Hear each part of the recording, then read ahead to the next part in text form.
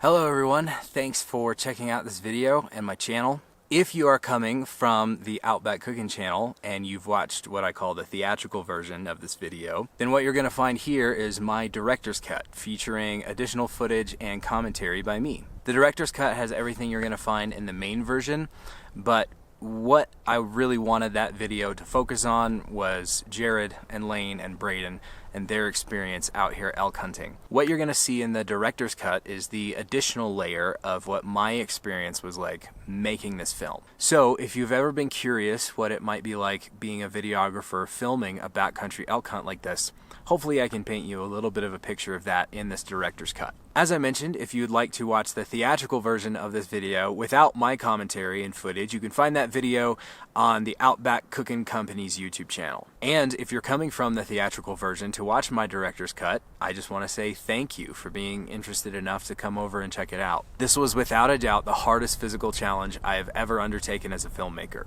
As you probably know, you can prepare in a multitude of ways, and there's always going to be things that turn out how you didn't expect. There's going to be unforeseen challenges, and with something like this, with a backcountry elk hunt in the Colorado mountains, it's always going to be harder than you think. Capturing the story of the Andersons' elk hunt here in the mountains this week pushed me to my absolute limit in more ways than one, and it was an amazing experience. And so I just want to say again, Jared, Lane, Braden, thank you so much for having me along, for trusting me to tell your story. I hope I did it justice. Thank you for watching, and from the bottom of my heart, I hope you enjoy the director's cut.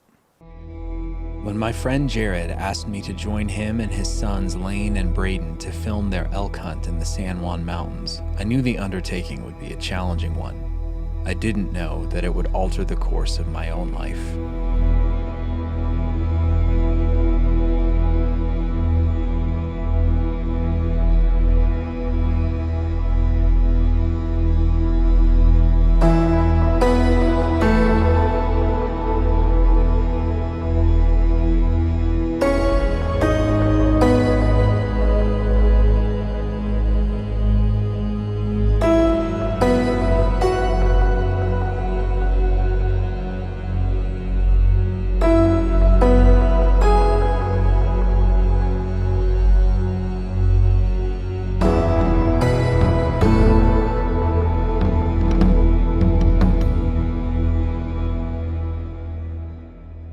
I finally have, I think, all my gear laid out on the table, ready to pack up. I think as of this point, it's all going into 2 bags. My backpack here is gonna go inside my duffel, and then I have like a dry bag. I was gonna go through everything piece by piece. It's really late. I have to leave in probably just a few hours, so I'm not gonna do a super detailed breakdown on everything. One thing I wanna make sure I mention, and I'll probably talk about this once we're in the mountains too, my day pack system as a filmmaker filming an elk hunt, I'm pretty excited about. I'm using a Badlands system that I put together myself. I've never seen anybody else do this. That maybe they have, but as far as I can tell from my internet research and stuff like that, I'm the first person to do this, where my camera is going to be going inside a Badlands binocular harness. This is the largest harness that they make, and it fits my Panasonic Lumix GH6 perfectly. This is gonna go right on my chest with the backpack on my back, and that way my camera will be instantly and easily accessible. And let's see if I can do this here with one hand. It's got the magnetic open and close so that I can more silently access the camera if I need to pull it out, if there's animals in the area and I don't want to spook them. I won't have to mess with zippers or Velcro or jingling metal parts or anything like that. I also have this old tripod that I painted camouflage today, and I'm pretty happy with how that turned out. We are going to be in bear and mountain lion country, so I am carrying bear spray. That's the non-lethal option, and then Mr. CZ here is taking care of the lethal option should it come to that. So I'll be carrying both of those on all of our hunts. Other than that, I think it's pretty straightforward. I've been working really hard to strike a balance between bringing enough stuff and meeting the weight limit with the outfitter and not having a whole ton of stuff to deal with. My clothing, it's a lot of wool stuff, so I don't have to bring as many.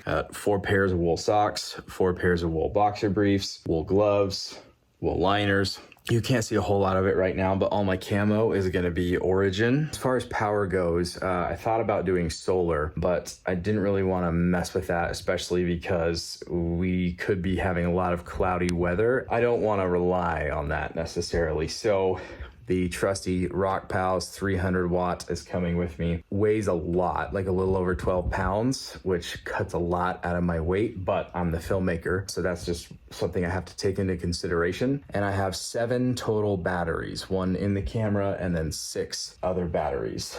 So I'm hoping that between the Rock Pals and the number of batteries I have, that will get me through. I'm definitely gonna be cognizant of how much I'm shooting and try to estimate as I go how far my power is going to get me, but that's the strategy we're using for this trip. Obviously, I don't want to be the reason why the Andersons don't get their kills on any of the animals. So I'm approaching this just like I am bow hunting as well. I'm just shooting with a camera rather than a bow. It's late. I need to get all this packed up and get ready to pull out of here before sunup in the morning.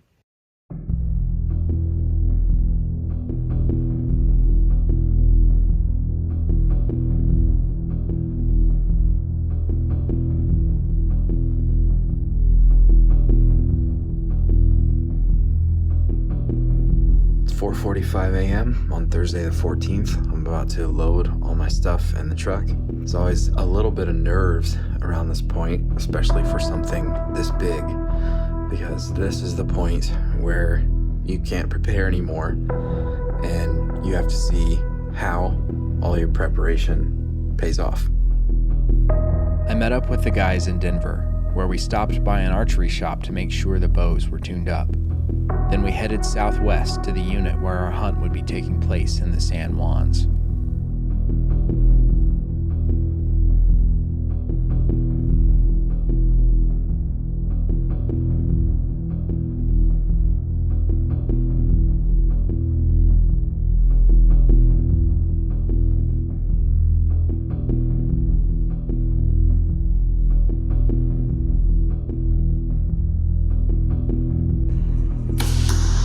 Money.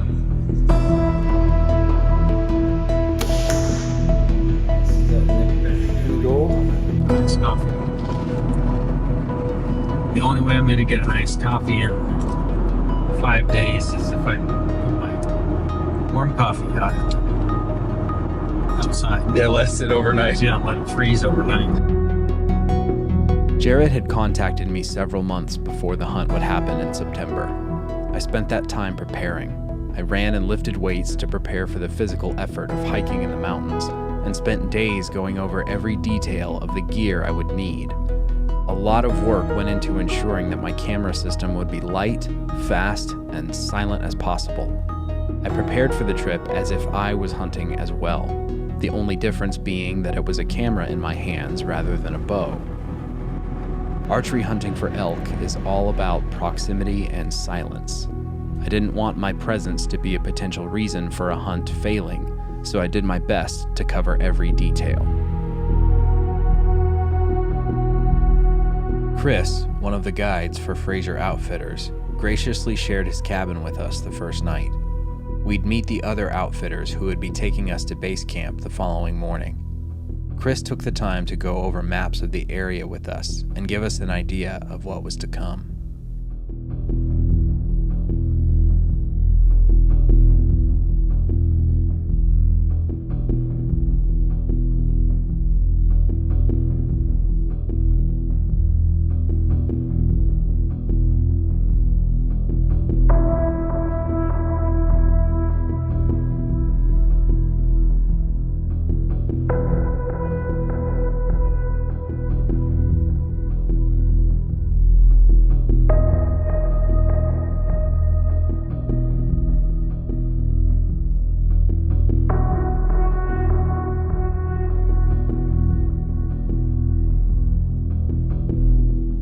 Good morning from 9,760 feet.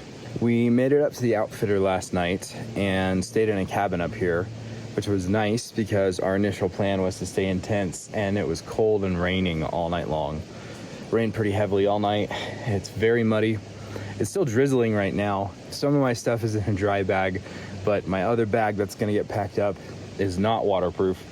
So I wound up taking everything out this morning, putting my clothes and stuff inside a trash bag, and then putting the trash bag back inside my duffel. So hopefully everything stays dry getting packed up. I still haven't decided whether I'm taking my camera on the ride in. I wanted to initially. Early this morning when it was raining constantly, I wasn't going to. I was just gonna film with my phone. But now it's not really raining. It looks like we might have some time where it's more clear. So who knows, I might try to pull it out. A pack trip for hunting like this is difficult when it comes to rain. Filming a hunting trip in the rain is even more difficult. There's so much I have to consider as far as keeping things dry goes. And there's some stuff that absolutely cannot get wet, or that would be really bad. We're at almost 10,000 feet right now. I can definitely feel the altitude kicking my butt a little bit. We're gonna be heading up to 11,000 feet for base camp. I initially thought base camp was gonna be 9,000 feet. We're already above that. Base camp's gonna be at 11,000 feet, and as I understand it, we're gonna be hiking up to hunt around 13. I've trained hard for this, but I know it's gonna be an absolutely brutal week. I'm looking forward to the challenge, but there are definitely also some nerves. I think once I get into it, I'll be fine. This is not knowing what it's actually gonna be like, beyond just anticipating that it's gonna be a lot of hard work. It's just past 8 o'clock now, and we meet the outfitters to start the process of packing in at 10 o'clock, I believe. So there's just really a couple of final details to get figured out, and then we're on the way.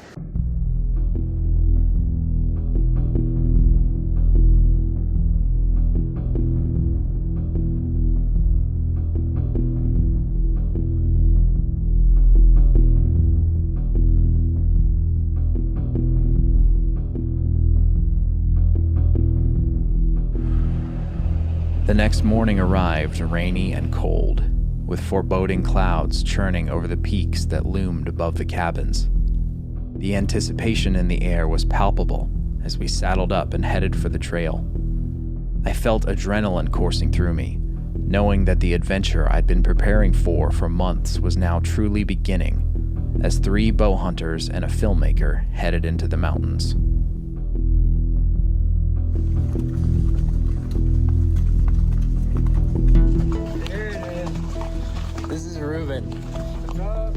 Ruben is the owner of Fraser Outfitters.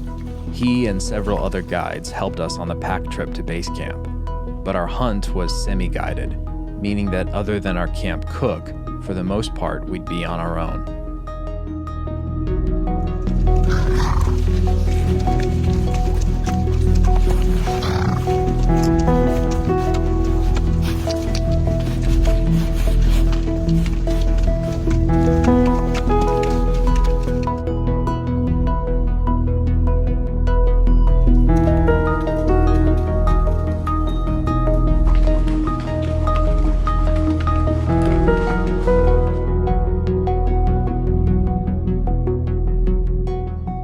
The trail began to wind up through groves of aspen trees, with leaves just beginning to show splashes of the vibrant gold they would all be adorned with in the coming weeks.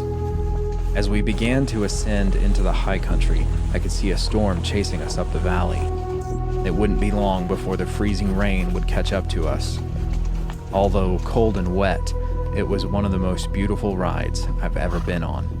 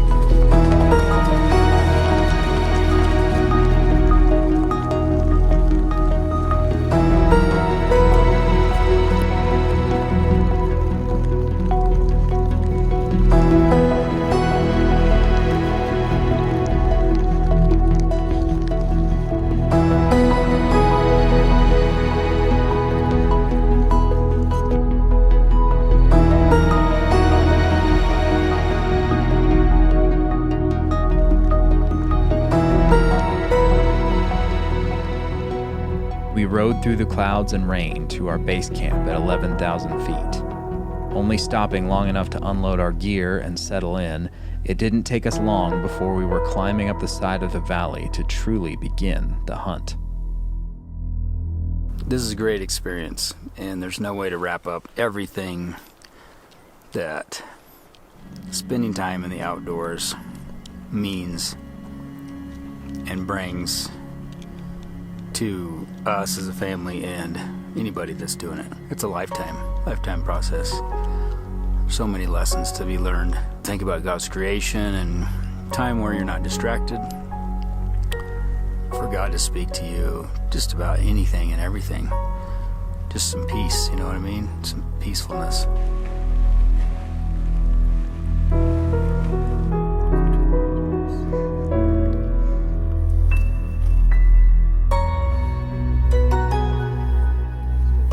So we just spotted the first elk of the trip.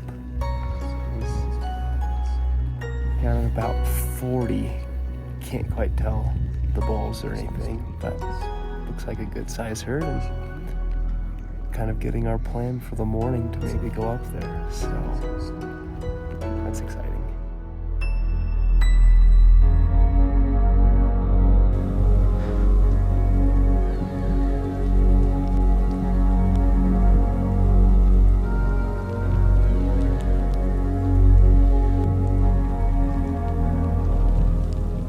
It's day one. We've hiked up as far as we're gonna hike up today. Jared is over that way to my left, and a bit behind where Lane and Brayden are set up, doing some cow calls just to see if we get any interest over here. Lane is right up there. Brayden's over that way. I'm kind of splitting the difference between the two of them. It's cold. 12,000 feet right now. The altitude is definitely kicking my butt like I knew it would, but man, is it great to be up here. I'm pretty happy with all my choices for gear thus far. It's been raining on us ever since we left camp. So far, none of the water is getting through the origin. Also, Badlands had my camera in it all day, including the ride up. Pouring rain the whole time. No water got through. Some water did get through the backpack. Some of the stuff in the outer pocket of the backpack got a little wet. All in all, though, really impressed so far, especially with the origin stuff. It's light. It keeps the water out really well so far. It's pretty crazy to think that I'm up here now after months and months of training and getting ready for this. We're finally here. We're finally doing it.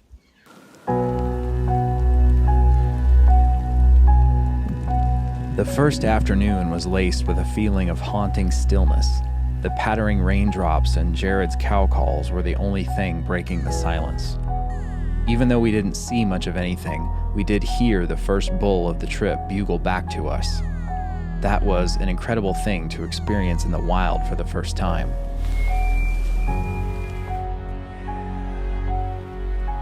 Unfortunately for us, a muzzleloader hunter, one of the only other people in the area, wound up shooting a bull near us only moments later, effectively ending our hunt for the evening. Jared did take a shot at a grouse on the way down, but wasn't able to connect. Oh. You get him?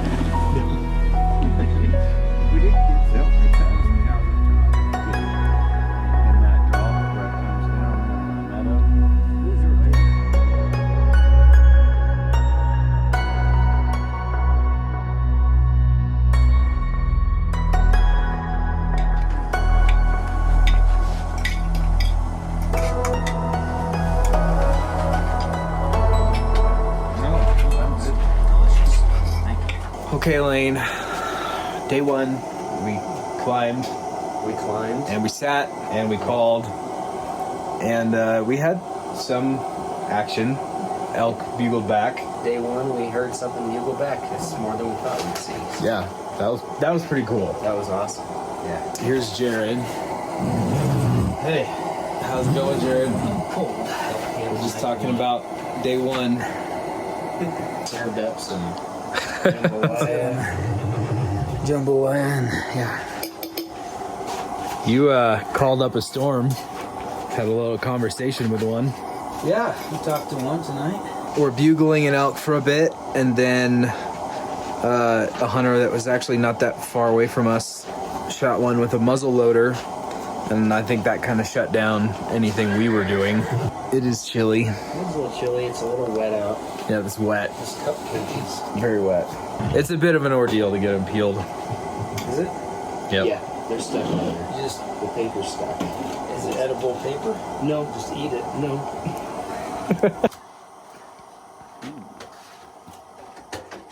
It's a rule. Second round, you go 3 cards to the right.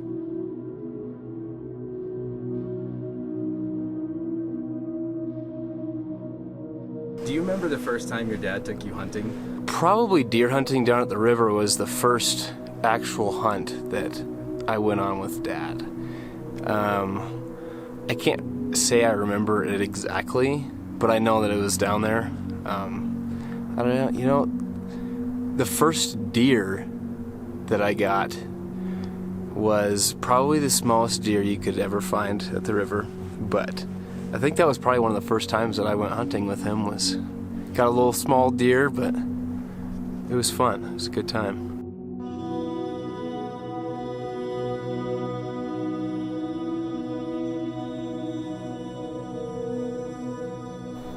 First couple times going, I remember it was deer hunting, so it was always cold about like in October, November. You got time to do anything out there in the woods, clear your mind. But yeah, it's been fun being able to hunt with him basically my whole life. So it's really enjoyable, whether you're shooting anything or whether you're just camping in the woods or hiking or whatever. It's fun. So.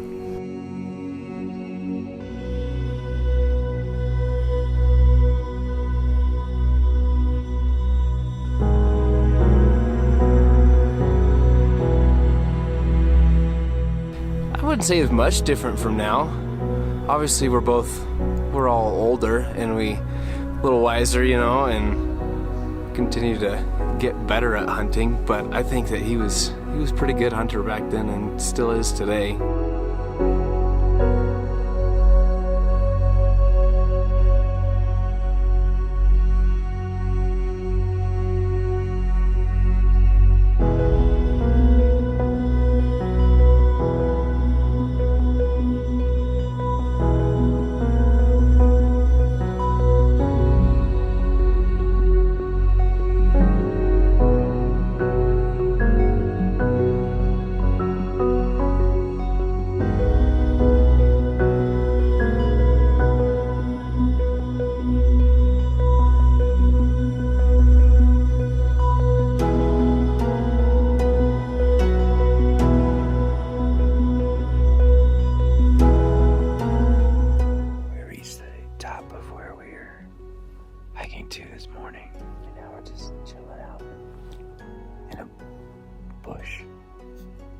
Some stuff.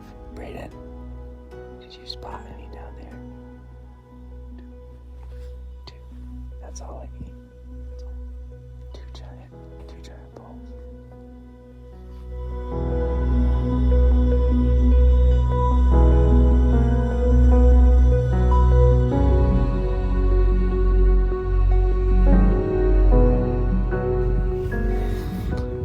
We've glassed a small group across the valley over there.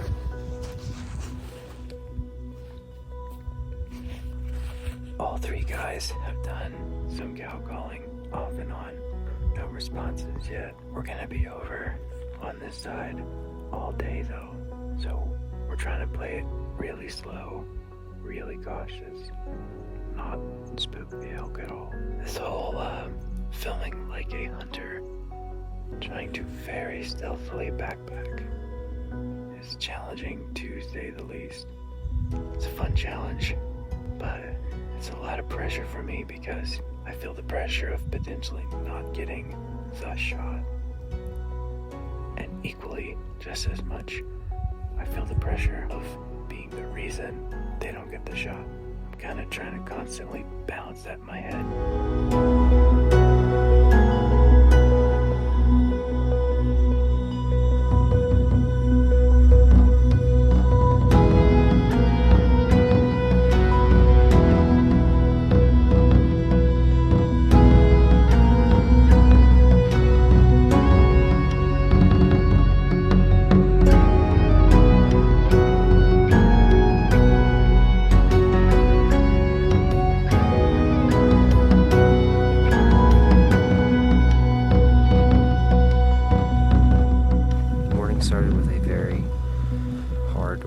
mile walk uphill.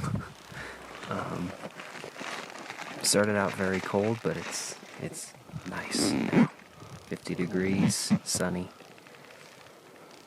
Lots of action around us that we can see, not that we can hear. We're gonna hike down, try to sneak up on them in the trees, kind of up this way in the mountain, so the wind doesn't give them our smell.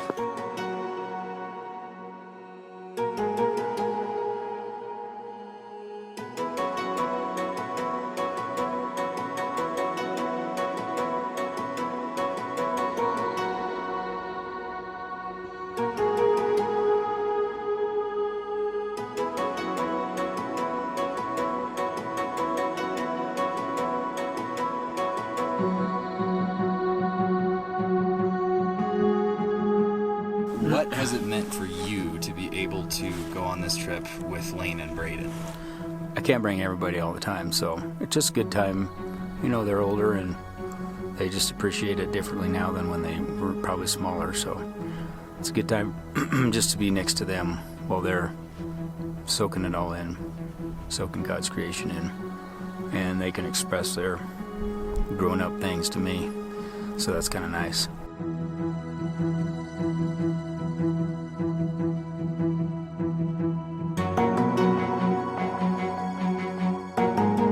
The second afternoon, after descending from the peak we'd climbed that morning, we witnessed several small herds of elk coming over the ridge and down into the valley with us.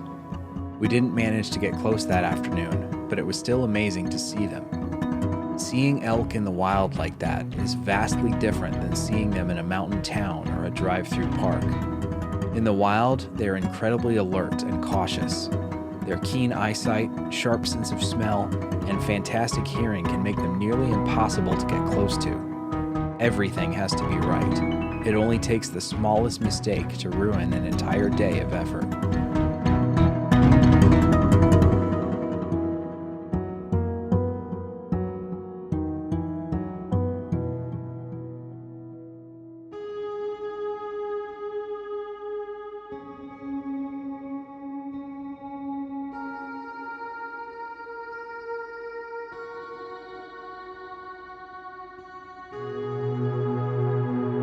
We hiked a little over 6 miles today. A lot of elevation. Ultimately, my goal is just to hang in there, not slow the Andersons down, which I think I accomplished today. But man, that was a brutal first day. Probably saw about 100 elk throughout the day, multiple bulls, including one that I think was pretty massive. He was around the tree for me, so I didn't get him on camera as we were calling him in, and then he got distracted by something and charged right back into the trees. Hopefully we can just get things to line up so the place we choose to go works out and we can actually get close, because most of the elk that we saw today have been really far away, like several hundred yards. Get a few days into it, we might kind of get the lay of the land a little bit better. I'm in a different tent tonight, and I think the bed is actually level. That was, I think, my problem last night. I was on an incline. I'm exhausted, and 5 a.m. is coming fast, so I'm gonna get some sleep.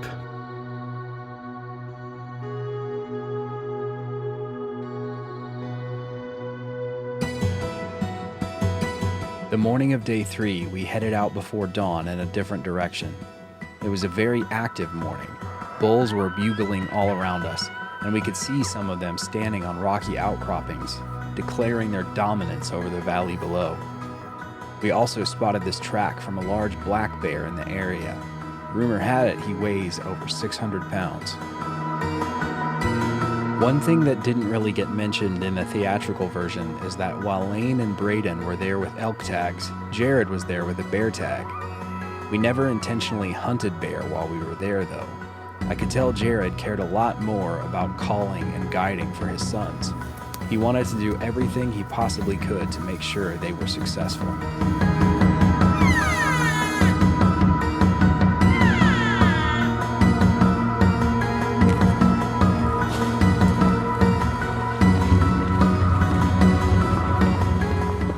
Bugling back and forth with, I don't know, 6 or 7 bulls.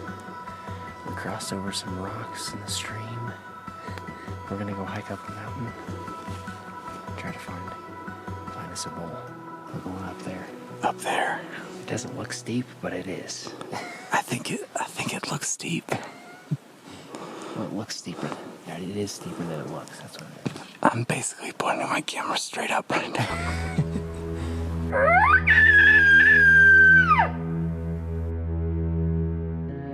In spite of the bugling around us that morning, we had yet to see anything. So, in the afternoon, we climbed up to nearly 13,000 feet to glass the surrounding area. The punishing ascent had us all sucking air and taking breaks as we neared the top, followed for a bit by a curious group of bighorn sheep. That climb felt like the first real test of my endurance, although it would pale in comparison to what was to come the following day. What's something that you've learned about hunting from your dad? You know, probably the one thing, it might be cliche, but patience. I mean, there's a lot of days that you go down, sit at the river, and your fingers and your toes are about to fall off, and you don't want to be there anymore. But I think that, I mean, if you sit there and wait it out, you're gonna get something eventually. So I think that's a life lesson as well, just being patient.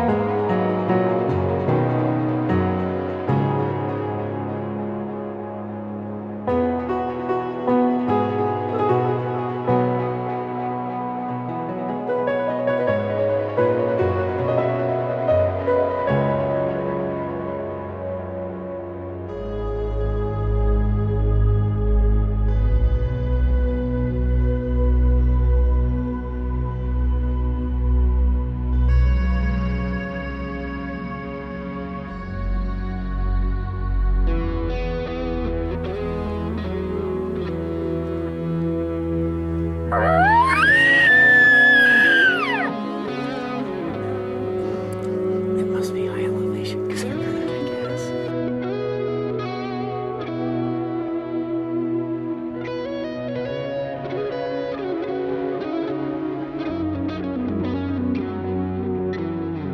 The next morning is best described as over 3 hours in hell.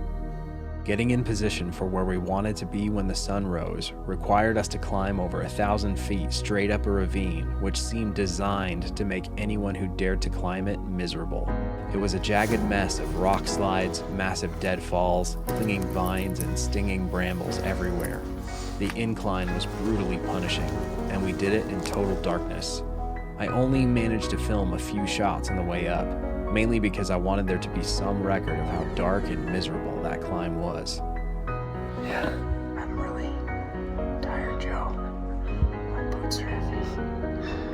We just climbed like 1,000 feet straight up. It wasn't straight.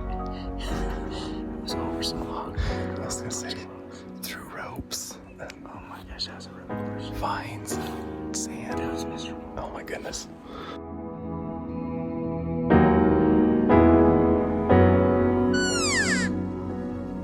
We didn't have long to take in the sunrise, as a cow elk suddenly appeared just above us, and we had to freeze in place for nearly half an hour so as not to spook her and the group of elk that was just over the rise.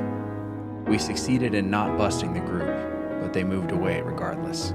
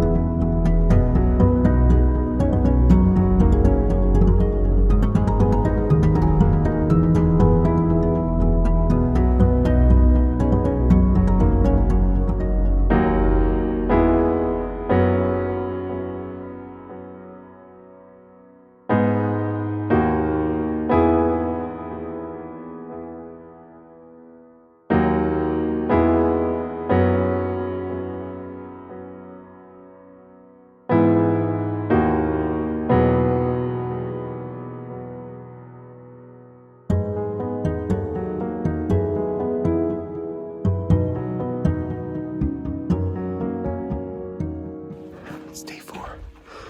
We're between 12,000 and 13,000 feet. This morning was the closest we've got. Saw a really big bull. Unfortunately, didn't get that chance to see him on camera. This crazy scramble up a ravine. It nearly killed me. And then we got into all these elk that had bedded down right at the top. And we kind of scared up. So it was real stealth for a while. In the end, we didn't get close to him. Now we're crossing the saddle into another valley. After a quick stop for breakfast and coffee, it was time to head further up, over the saddle and down into the next valley. We were met with thunder and snow.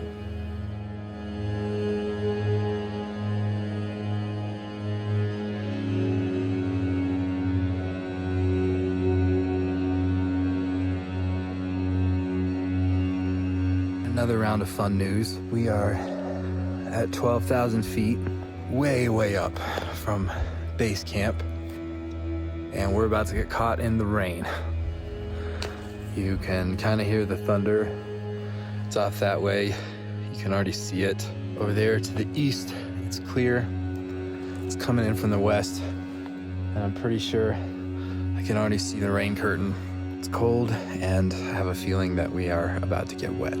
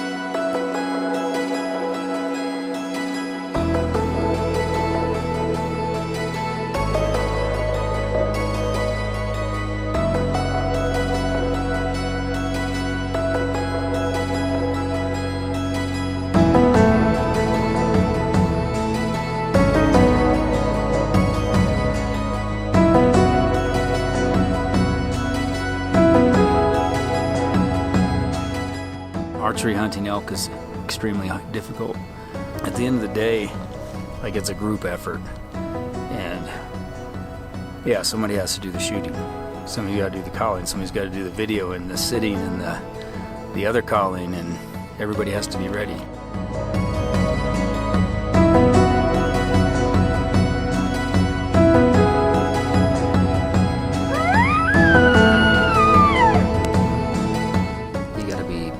patient, you gotta be perseverant, and you just gotta, whether you get something or not, you just gotta have fun with it and go at it.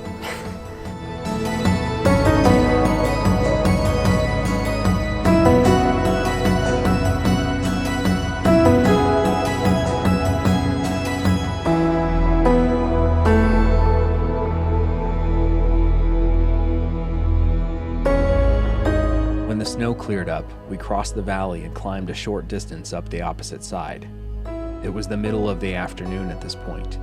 Jared put us in formation to call, with our collapsible decoy set between Lane and Braden. I was a short distance behind them, and Jared was behind me. We sat like that for a few hours. Time became difficult to keep track of.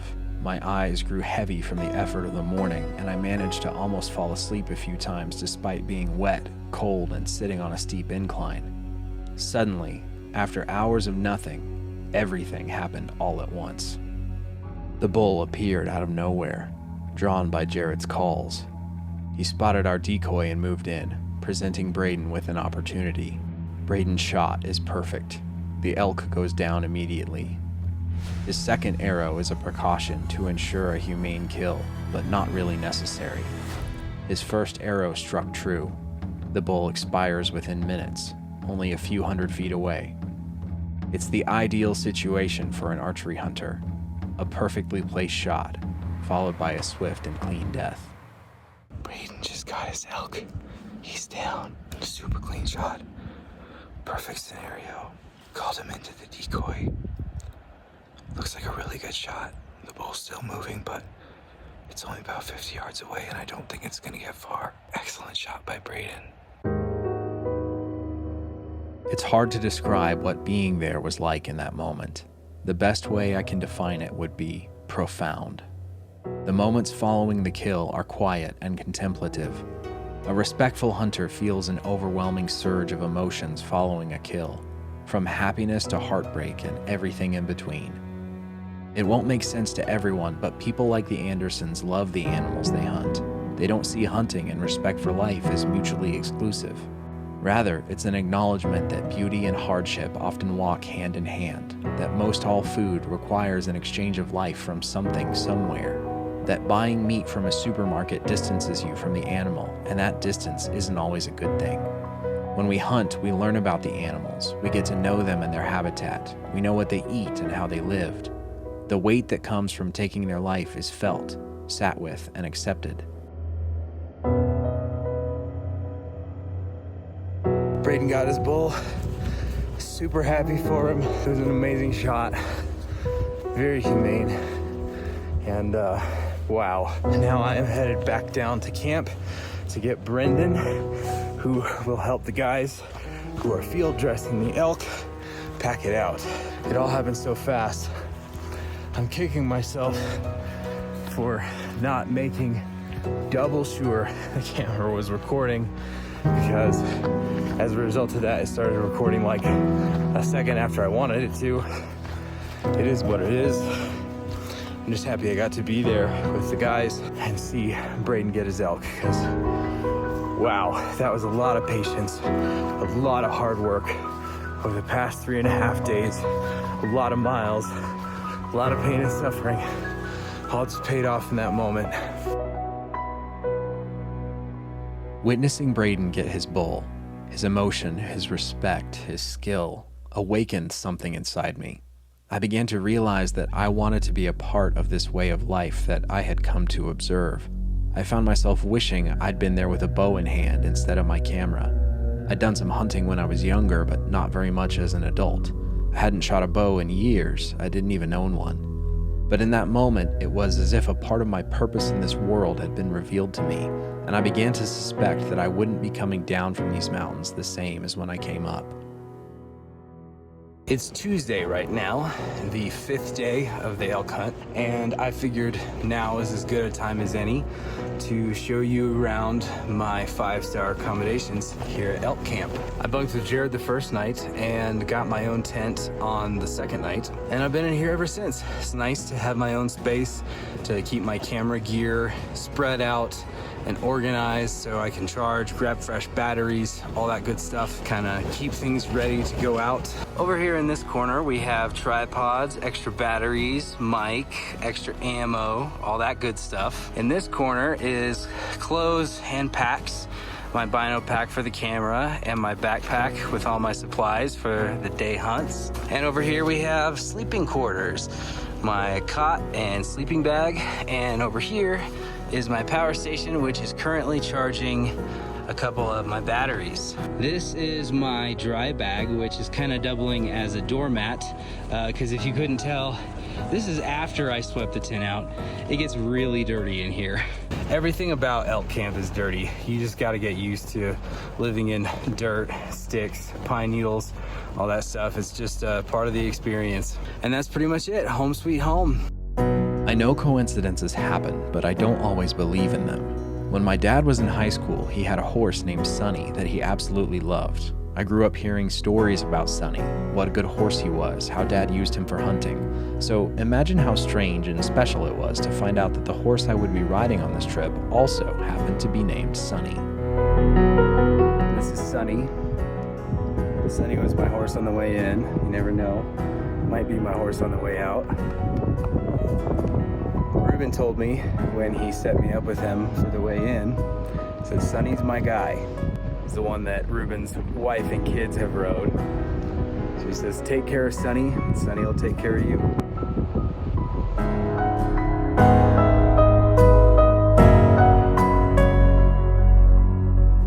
I think coming into the trip, I was probably the most excited. I love archery, elk hunting. I just love September hunts, but I think coming into it, I was fully content whether I had an elk or not. I was just content to come and sit at camp and play cards and drink coffee with Dad and Lane and just get time to bask in God's beauty up here. So I think I was just excited to be here, honestly, and then getting an elk is it's just a plus at this point.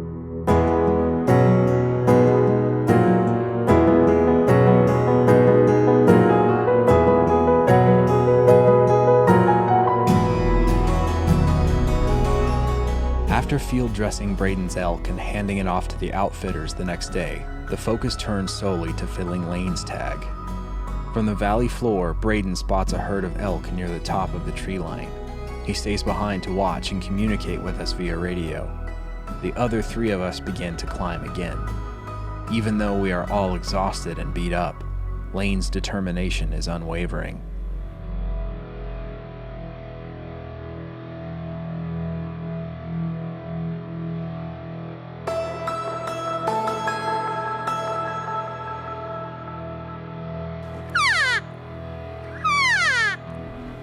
Sometimes those cows will be calling because they're looking for their herd mates.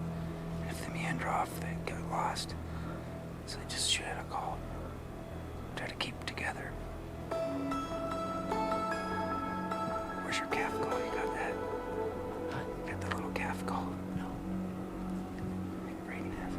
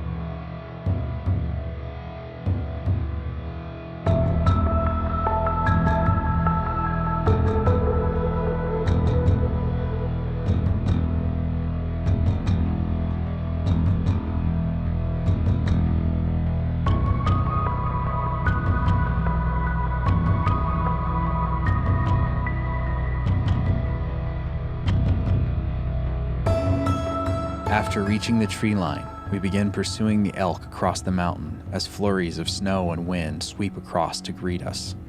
The clouds and driving snow create a sort of half-light. I can't really explain what happened next other than to say I think it's what hunting in the truest sense feels like.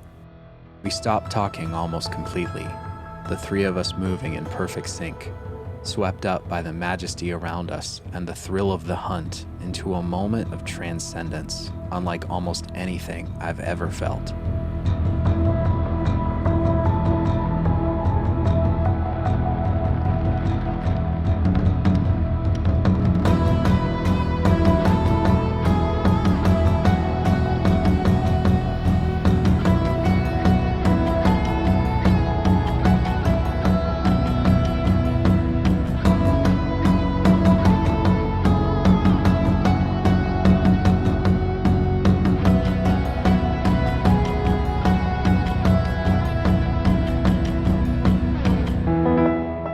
We never managed to get that herd to stop for Jared's calls, but it didn't matter.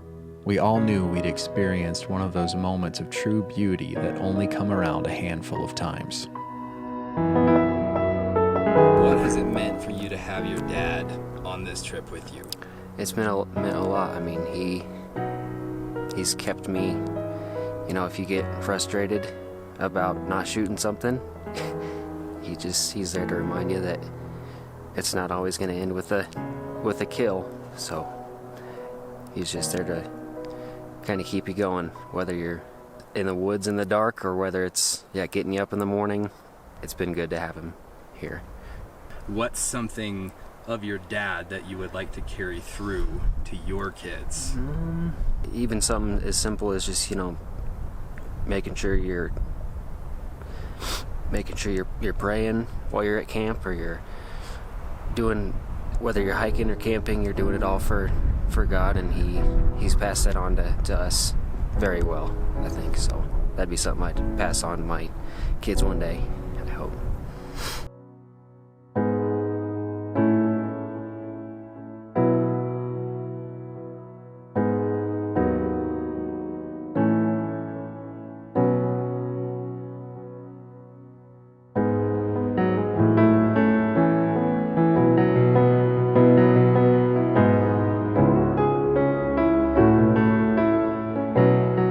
Think of a tongue? I don't think I can eat it. Don't think about it. So, Brendan, that is elk tongue.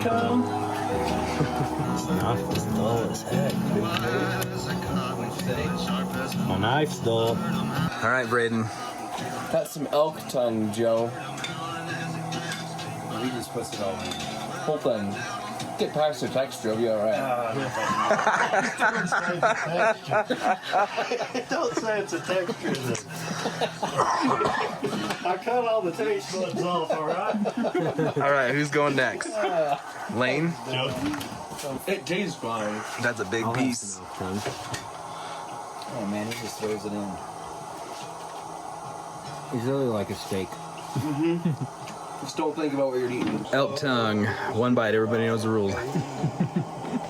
One bite. For Jared's sake, I don't want to say it's a texture thing, but it's kind of a texture thing. It's good flavor. Don't throw up. Please don't throw up. Come on, Jared, you got this. You got this. I'm not ready. At supper that night, Brendan, our camp cook, prepared the tongue of Braden's bull. Elk is some of the best meat on planet Earth, but it's still a bit of a mind bender to eat tongue. Brendan is a joy to be around, a genuinely great guy who loves what he does. We shared a lot of great conversations around the stove. He made Braden the wooden cross after Braden got his elk. The final morning is a frigid one, with frost dancing on the leaves and grass as we head out for Lane's last chance at a bull.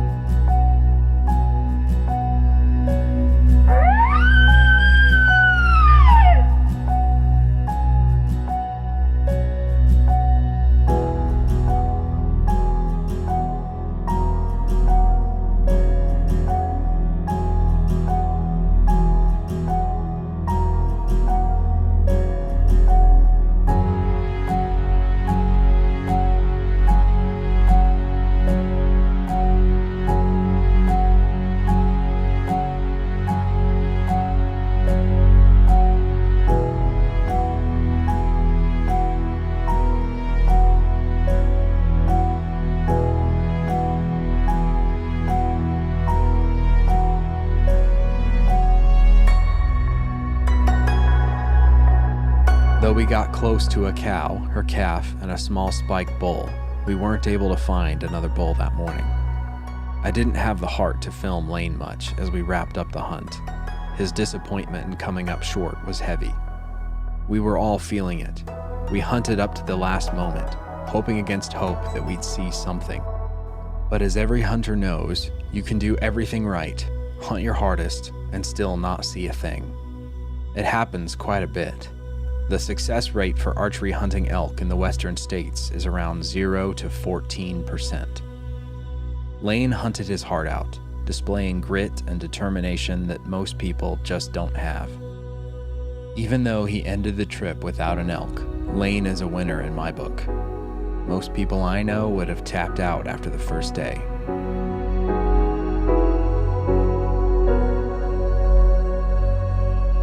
What is a lesson that you've learned from archery hunting for elk? You lose more than you win.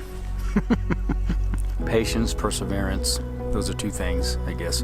Hard work, it is a lot of hard work. It's always a lot of work. This time was no exception. We're worn out. And, you know, I just appreciate you coming along. Just, if nothing else, just to document a trip that we can look back on as a family.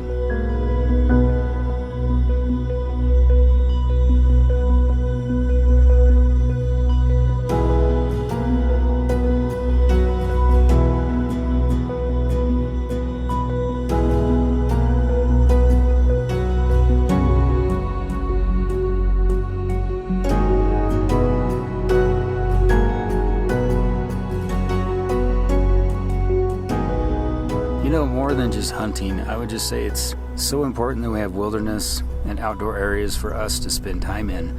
So, I mean, if anybody's watching this at all, it's just you have to continue to make time and space for that in our lives. We can't forget about it because it's a great place to draw near to God, and we want to have these places. A lot of these cool things that we see out here, they only happen once, maybe once in a lifetime. So you just take it in while it's there. Appreciate it for what it is, and then know the next time it'll be different, but still, you know, it's wilderness, and God will speak to you differently next time. The outdoors and the wilderness are just important places to cherish for our kids and grandkids and your kids and grandkids, and it's good heritage, right? We're fortunate. As we make our way back down to the valley floor, I notice that the trees have turned more golden than when we came up the week before. I'm suddenly struck by the realization that I'm not the same either.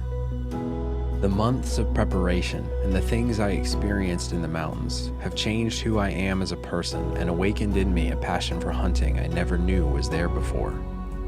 When I returned from the mountains, I bought my first compound bow and began to shoot every day, going on to hunt my first archery season in my home state of Nebraska.